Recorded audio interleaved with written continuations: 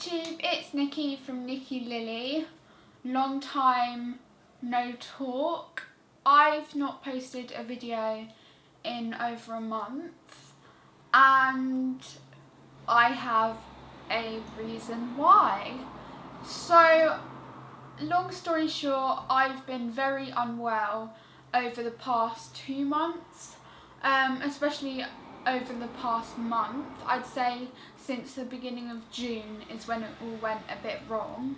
So I've not been 100% or very well the whole of this year, to be honest, but in the last couple of months my health has really plummeted and I ended up having to have emergency surgery and was put into a sleep-induced coma, which I was in for over a week, and I will get into all of that and it will make much more sense. But basically it has been quite rough and I didn't actually know that I was going to be staying in hospital or that I was going to fall really ill, and so that's why I have not posted a video, because I wasn't really prepared. And it was quite a shock when I ended up in hospital and ended up having to have an emergency operation. So that is where I've been and that is why I have not posted a video. So it all started, I feel like I'm telling a story, I basically am. So it all started at the beginning of June. I'm not sure on dates or anything because it's all still a bit of a blur. One evening I had a really bad nosebleed in which I had to call the ambulance, and obviously the ambulance came. I was taken to my local hospital where they basically just monitored me overnight and checked my vital signs, my bloods, everything like that. So I was in hospital and had that bad nosebleed. And then I was discharged from hospital the day after I had that nosebleed, because there's nothing that my local can really do except monitor me. I'm not sure what day it was that I actually went into hospital, but I remember that it was over the weekend that I was having the further bleeds after I had been discharged from my local, and then on Monday I went to Great Ormond Street Hospital, which is the hospital that I go to see my doctors, and it's a really big and well-known children's hospital in central London. So I went there on Monday for a checkup to speak to my doctors to get my blood count checked, because obviously if you're losing a significant amount of blood quite regularly, then your blood count is definitely going to be on the lower side. So my mum, my dad and I wanted to check what my blood count was going to be like. So me and my mum went to Great Ormond Street so they could do all of that checking up and things like that. And this is where it all went a bit wrong. So I went into the hospital, obviously expecting to just get my blood count checked and things like that. I don't have very good veins, so when it comes to people taking blood from me, my veins tend to be quite temperamental, and so it's quite hard to get blood out of me basically, which has resulted in me having a lot of central lines, for example PICC lines and Hickman lines and things like that. If you guys don't know what a central line is, it's basically like a more heavy duty line, and I don't know all the technical terms or know if this is quite right, but it's basically a line that goes near the heart, and means that it's easier to get blood out of me, put blood in me, and they last a lot longer than a normal cannula. So the nurse was trying to put in a cannula and take blood from me, but it was really hurting and she just wasn't getting any blood from me, so I was getting quite distressed and ended up having another nosebleed, and it was quite a big nosebleed. It was coming out my mouth, my nose, my tear ducts, but I think I was just glad that I was in hospital. So that nosebleed began to slow down and peter off and it was all fine, but the doctors decided that I should have a central line put in. And earlier this year I had a PICC line which I had for 10 months, but it failed because you can only have a PICC line for 6 months and mine was in for 10 months, so I did pretty well with it, but it was just like on its last legs and I had my PICC line taken out. I didn't have any central line already in me when I got to the hospital, which is why the nurse attempted to get blood out of me. But as that didn't work, my doctors decided that the best option was to put in a central line. So when you get a central line put in, it's usually done when you're asleep.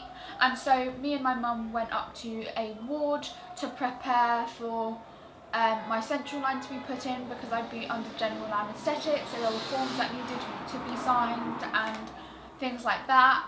So the forms were getting signed and everything was going okay. I was quite glad that the central line was getting put in, so I didn't have to worry about needles and pain and just getting blood out of me.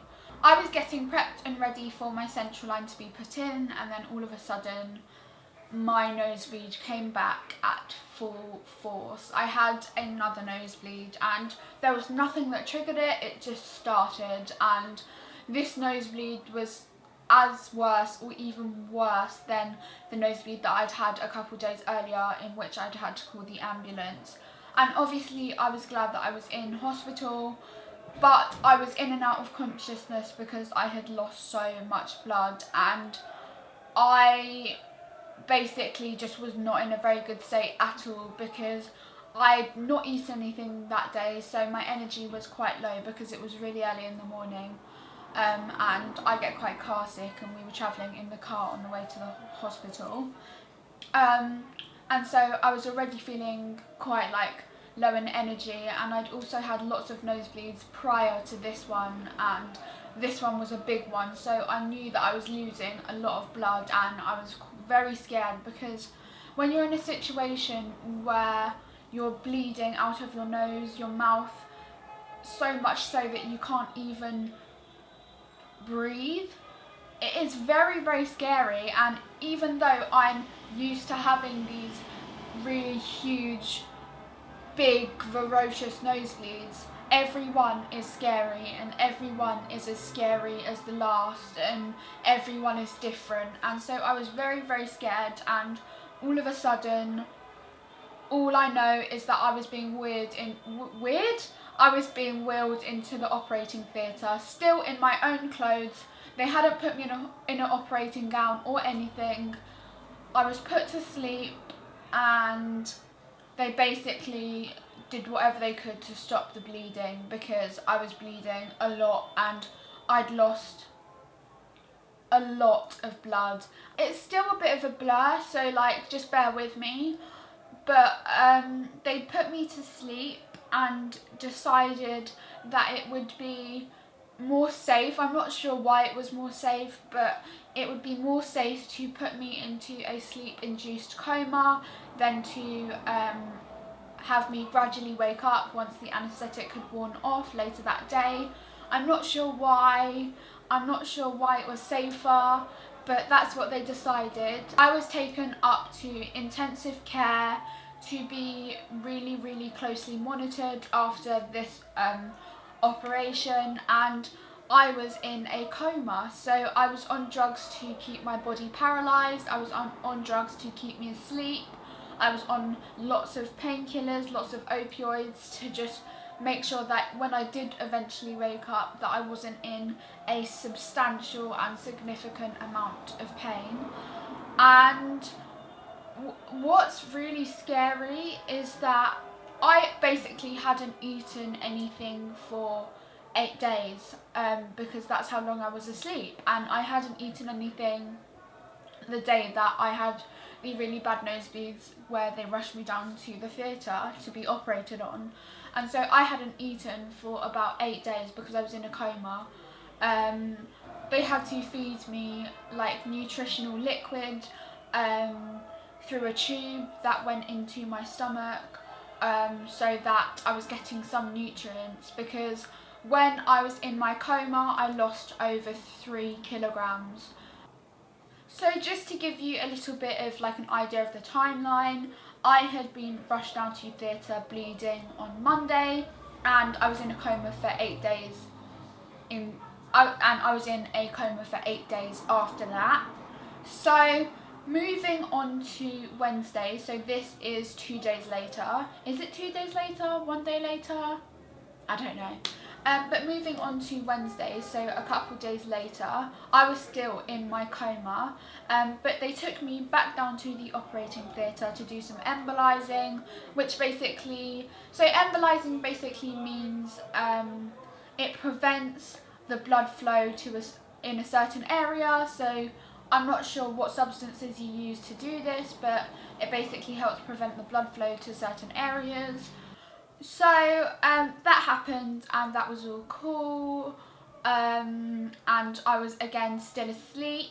And then fast forwarding to the next week, I woke up, well, I had a tube, I was on a ventilator because I couldn't breathe by myself because I was in the coma, so my brain basically switched off. So I was on a ventilator, and I had the tube that was put in taken out a week later on, I'm not sure what day it was, I think it was Monday. And I started coming round like Monday afternoon, Monday evening, so I started waking up later in the day, but I was still very, very out of it. Apparently I was hallucinating because I was so like drugged up on painkillers, and obviously it's very confusing when you wake up and you don't remember anything from those days that you were asleep. So I woke up on Monday, but I was very confused and very out of it, and basically I was awake but I was asleep most of Monday. And then on Tuesday I had come round a bit more, so I was a lot more aware and alert. And it's like, it makes me quite emotional because I remember waking up and feeling as if I had just woken up from my operation that I'd been rushed down to when I was bleeding. And it's quite like, even now I'm still like quite shaken up from it because I've been in a sleep-induced coma before, but not for so long, and it didn't feel quite as confusing when I woke up from it. But yeah, so when I woke up I was very confused. To me, it felt like I'd just woken up from my operation, not I'd just woken up 8 days later, because I wasn't aware from any of it. And I had my mum and dad saying to me like, this person came to visit you, this person came to visit you, could you hear me speaking to you? Because my mum and dad were absolutely distraught when I was in my coma, because obviously they couldn't talk to, I couldn't talk to them, and if they tried to speak to me there was no rapport in conversation. So they were very distraught, which is understandable. I would be too. I remember it was Father's Day when I was in my coma, and so I had like this whole plan of what I was going to get my dad for Father's Day, but my dad had to spend Father's Day in hospital whilst I was in my coma. And what's really lovely is that the nurses on ICU, which is intensive care, they wrote my dad a Father's Day card like on my behalf whilst I was in my coma, but it's just obviously not the same. So yeah, Tuesday is when I really came round, and I was still quite confused and still a little bit like, no, I couldn't have been asleep for 8 days, like what do you mean? And it was all quite confusing. I was very groggy because I hadn't eaten anything for 8 days, like I mentioned. So because I'd been spitting out blood before I was put to sleep, I had like blood all in my teeth, and so I felt very, very sick when I woke up. And because I hadn't eaten for 8 days, they just wanted me, the doctors and nurses just wanted me to start off and only eat and only drink water that day. And I couldn't even keep water down because I hadn't eaten in so long, and probably the only thing in my stomach was blood because I had swallowed some of the blood that was coming out of my mouth. So I couldn't even keep water down on Tuesday, and so ended up just not eating anything the rest of the day. I was awake the whole night on Tuesday because I just couldn't sleep. I was quite anxious, and obviously I was asleep for 8 days, so I didn't feel it was necessary to sleep on Tuesday, and I just wanted to catch up with my mum and things like that because she was staying at hospital with me when it was night time, so I just wanted to catch up with her and everything, so I was awake most of Tuesday.